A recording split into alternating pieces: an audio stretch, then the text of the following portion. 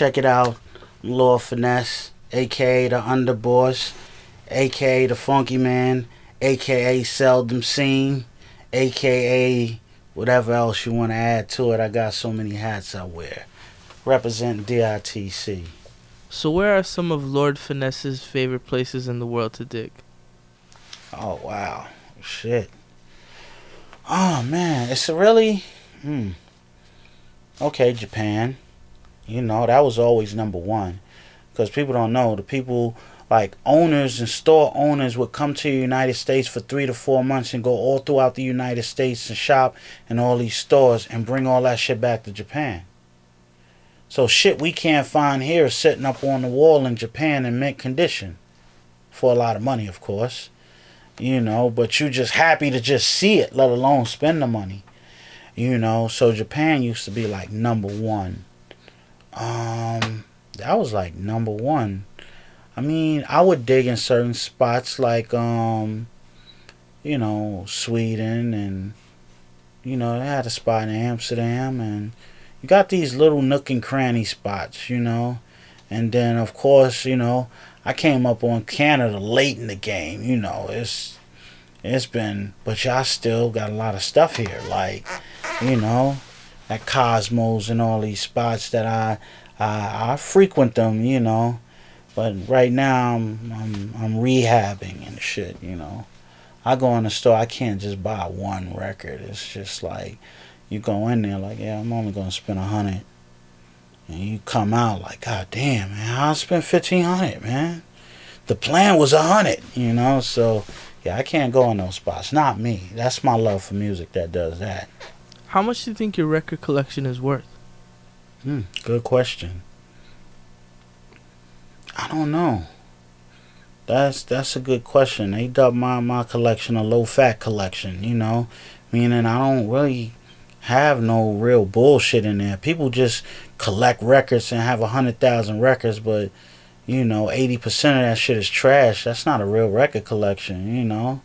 That's like eating fantail shrimp with all the fucking flour around the shrimp, but the shrimp is like this, but the whole fantail shit is like this. So, you know, my shit, you know, my collection got a lot of shrimp in it, you know.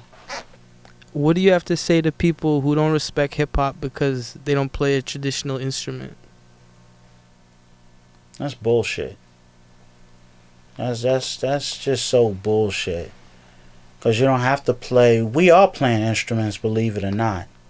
We might be playing more fucking instruments than they playing. Actuality, to keep it 1,000%. We're just not classically trained, or we ain't go to college, you know, fuck up a lot of time in college to play one instrument. So I've been on the drum for 100 years. Okay, you know, that's great. I'm not taking nothing away from that. Probably a fantastic drummer. But for you to do something, you still need a bass dude, you need a horn dude, you need a piano dude to create something. So you could be the greatest drummer in the world, but if you don't got that team around you, it's hard to buy an album with straight fucking drums. You know? Now, as a person that produced from a sampling format, I can't speak for all these other dudes, you know? To take sounds, particle sounds from about 10 different records to create one fucking record, and it all comes in play, the horns, the bass notes, the little string sounds, the wordplay, the little drum roll, and this and that. When they say, yo, they not real, suck my dick, because that shit is hard. Try that shit, you know? Try to learn all the motherfucking filtering. Try to learn how to chop. Try to learn how to program. You know, when you go in there and you playing drums, yeah, you the foundation and everybody builds on top of that. But when you in there and you gotta shout commands, or when I worked with musicians, shit, I work with Roy Ayers. So you still gotta tell them what you want. You still gotta have a fucking idea. Like, I don't like when they try to discredit, you know, sampling, because it is an art. And people don't know there's different levels to producing. There's different levels of sampling. I always say that. I sample. So I can take a fragment of a sound and create a musical composition with 2 or 3 notes. You know, that's a fucking art. And I add a bass line, add whatever sounds to that to create a musical composition. It's not fucking easy. Now, if you find a loop, and it's the most fantastic loop, and you got that shit going around, and you ain't add no drums or nothing, and it's just a loop, okay, I can see why you could say, he's not producing, yeah, he's just fucking looping. But when I talk about producers, Premier, you know, Large Professor, Pete Rock, I would say Dre, but Dre, he can play. So they say, no, he don't count, he plays an instrument. But, you know, Dilla, you know, you gonna tell me that these dudes don't count? You know, Premier got over motherfucking 1,200 works of art out there. 1,200. He's been working since the fucking 80s. You know? Name somebody that's been that consistent. You know, by far I say he's the greatest. People, you know, they got their reasons why they pick people. I just say with him, he's the complete package, you know, period. You know? What you gonna say? His workload from the 80s, okay, he did a lot of work. You need plaques? Got 1,000,000 plaques, you know? Classics? Got a ton of classics. Took his friends and put them on the map and gave them classics when you look at artists like J. Rue and Group Home, you know? Name another producer could take a group like Group Home and did what he did. You know? So people gotta understand what the fuck they talking about before they start, you know, downplaying sampling and what cats could do, because most of them niggas is more talented than the same niggas talking shit. You know? And like I said, I'm not really trying to bash nobody. I'm just passionate about my art. I'm passionate about the culture. I'm passionate about it to the fact that, you know, if you want to get in this music game, there is room for people to get into it, but I always ask artists, are you getting into it to contribute, or are you getting into it just to make a living? There's a difference, you know. If you contribute, you can do great works of art and make money. Now, if you're here to just make money, then you really don't give a fuck about the culture and the art. I'm just making money, and a good 70% of me ain't gonna really fuck with you like that, because at any given time, you will twist and turn and do some bullshit because you're just trying to make money. You know, so I'm more for the complete artist versus somebody that just wants to make money. But this is the music game is business, so you gotta know how to do both, because you get the assholes that tell me it should be free because it's the art. Shut the fuck up, man. Like, you know, fuck out my face with that shit, because I'm gonna do it for free and somebody's gonna take it and make money off of it, and I'm gonna keep it real and they gonna get paid. Really? Well, you keep doing that shit, you know. You know, you probably some dude that come from a home that's well off, and they go, you know, little Bobby, you can do whatever you want to do. We got millions, so you want to, you know, cut your hair off, paint it blonde, and do art all day. That's just you. Got $2 million in the trust fund for that, you know. I'm from the hood, man. We got to take what we want, so ain't no fucking trust fund. We got to create a trust fund. Ain't no motherfucking 401k plan in this shit for us, you know. So, you know, I take, like I said, I take it all. I'm passionate about it, you know. What was it like working with Dr. J? Dr. J or Dr. J? Dr. Dre. Oh, no, I'm fucking with you. Man, that's the master chef, man. I was just out there with him in 2013 for 5 months. And I'm a student, you know. When he called me, my exact words was like, yo, you don't even have to sell me on what you're trying to do. You know, this is your movie. You know, you want to create this movie. You know, this is before the, you know, NWA and all that. You know, it's just wanting to work. I'm like, well, shit, I don't even want to be the co-star, nigga. I'd be the fucking supporting cast, you know. Because I know I'm working with motherfucking Scorsese or motherfucking Oliver Stone. So just to be a part of that whole process, I looked at it from a different a different level, you know. And it was sometimes where I'd be there, but if he ain't need me to work, I just sat there and just studied 6 to 8 hours straight. Just sat there, just watched everything they did. Just watched the drummer, watched everything. Like, I took it in because people would pay for that opportunity. So why have that bullshit attitude like, oh, he don't need me to produce, so I'm gonna go in the lounge. You know, you getting a chance to just pick up something. Shit, I'm looking like if this dude gonna be a billionaire, if a smidget of this shit rub off on me, you know, it'll be a good thing. So, you know, I would definitely pick his brain and have conversations with it, like, you know, because for the most part, you know, I worked with him in like 98, 99 on Chronic 2001 and didn't really get to really absorb everything because it happened so quick. So I had a lot of questions like, dag, man, what if I would have stayed? What if I would have did this? What if I would have did that? Dag, what if I should have did this? And I had a lot of personal questions I wanted to ask. It wasn't even about, oh, I just, you know, I want to be there, I'm going to laugh at all his jokes and all that shit. Nah, it wasn't like that for me. I had a lot of unanswered questions in my head from a producer standpoint and a putting in time standpoint. So, you know, I call it the 5-month retreat because I was out there for 5 months. And I've learned a lot of things just sitting by watching, you know, and always had that positive attitude, you know. I'm the type, if the session start at 2, I'm there at 1. I'm there from the beginning. And even if he leave before me, sometime I'm in there like an hour or two after him.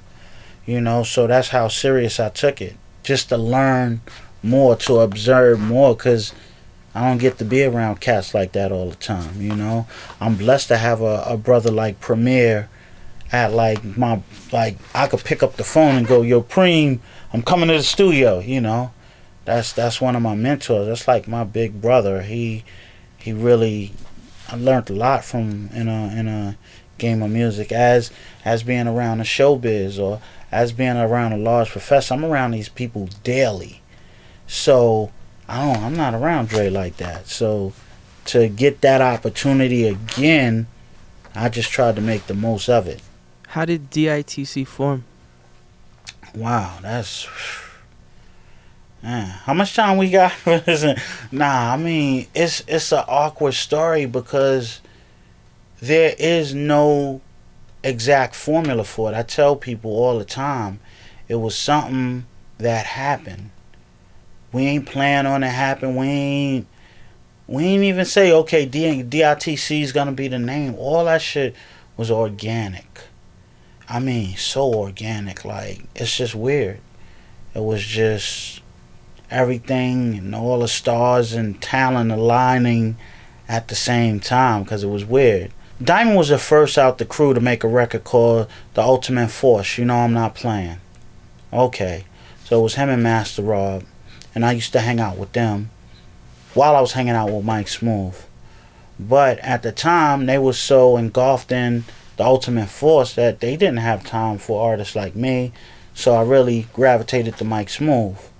But so you had Show and Diamond was like the neighborhood DJs along with Mike Smooth and Chili D and DJs in the neighborhood, Supreme, Hutch, you know, but I more gravitated towards Mike Smooth along with Show and Diamond. Like, I would cut school and hang out with Diamond and do my rhyme tapes in there, you know. So we would do that. It's like it was a pathway that I had to go to walk to school that was kind of right under Diamond window. So I don't know. He probably timed this shit. Like, he walks through here every day about this time. And, you know, he would have his window, but the shades be pulled down where you can only see, like, part. And it's 3rd floor. So you just be walking through and you would hear, psst, yo, you going to school today? I'm like, nah, what's going on? Yo, man, we could make a tape today. Yo, okay, I'm going to go to your homeroom. Then I'm going to come to your crib. And that's what I would do. I would go to school, go to homeroom, hang out at Diamond crib until like 4 or 5 in the afternoon when his moms get home. You know, and listen to him cut breaks. That's where some of my love for the music came from, watching him, and all my knowledge of James Brown. Most of it comes from Diamond. James Brown, just junkie. So during that time, I mean, trying to be the best rapper in the world, I was going to different areas battling people. And I went to Clinton High School. I really went to kind of meet Antoinette. I was the female rapper. I thought she was like incredible. My man was like, she go to my school. I know her. I was like, a word. So my man 40. But in the meantime, 40 setting up battles. My man Rob coming up here. He's gonna tear shit up. So I would go different places, schools, and battle people. It just happened one day. I was up at Clinton. About the whole schoolyard of dudes. Just went through a whole schoolyard like water. Like they was just coming. It was just on. Till this dude by the name of Infinite comes into the schoolyard. We going back and forth. But I'm loving this dude's style. Like this dude is, and it was a mutual respect. Infinite, y'all now know him as AG. So now I finally get a chance to make a record. And I told Mike I definitely wanted beats from Show and Diamond. And then AG happened to be dating a chick across the street from where I lived at. He was looking for a DJ, and they brought me to AG. It was like, yo, here's a DJ for you. DJ, he's a rapper. And it's like, nah, he DJ too. So I was telling him I was working on the Funky Technician. You still rhyme? He kicked like, all he had to do is kick them 4-6 bars. Okay, it's on. Yo, come to the studio and we gonna work. So at the time, Show was looking for an artist and AG was looking for a DJ. And that's how you got Show and AG. Okay, so now you have me, Show, Diamond, AG. That's like the foundation 4 right there. That's the spark of it all. Now, you got Fat Joe, lived in the same hood, lived on the same block. So when I always tell people we grew up together, it's not, no, we grew up in the Bronx together. No, we grew up on the same block together. Me, Diamond, Mike Smooth, Fat Joe, and Show. Same block, so that's how real it is. So this is like, we're family. It's not like no artist shit with us, We get into arguments, we get into a lot of different shit, but it's family. Okay, so now Diamond started working on Fat Joe. Well, Show and AG started. They came out with Runaway Slave, the Red Label. Diamond came after. Nobody knew Diamond rhymed, so that best kept secret shit is the truth. Because I had no fucking idea he was nice like that. I used to make mixtapes with Buck Wow. We used to work out this store, Rock and Wills, where we met in Rock and Wills and we started doing mixtapes together. So when Mike Smooth wasn't traveling, I would take Buck Wow on tour with me. During the tour, we did a Source tour. It was me, it was Bismarck, it was RSO with Benzino, Power Rule, Roxanne Shante, Bismarck, Cooley Live, Search. The most unorthodox tour ever. It was a group by the name of Organized Confusion, and on the tour with them was OC. So while on the tour, OC and Buck formed this camaraderie where they said when the tour is over, we want to work on a project together. Okay. So, when the tour was over, they was asking me, well, Finesse, Buck was asking me, yo, you want to get down on this OC thing? I said, sure, I like to submit for that. And that's how you got OC and Word Life along with Buck Wow. Same store.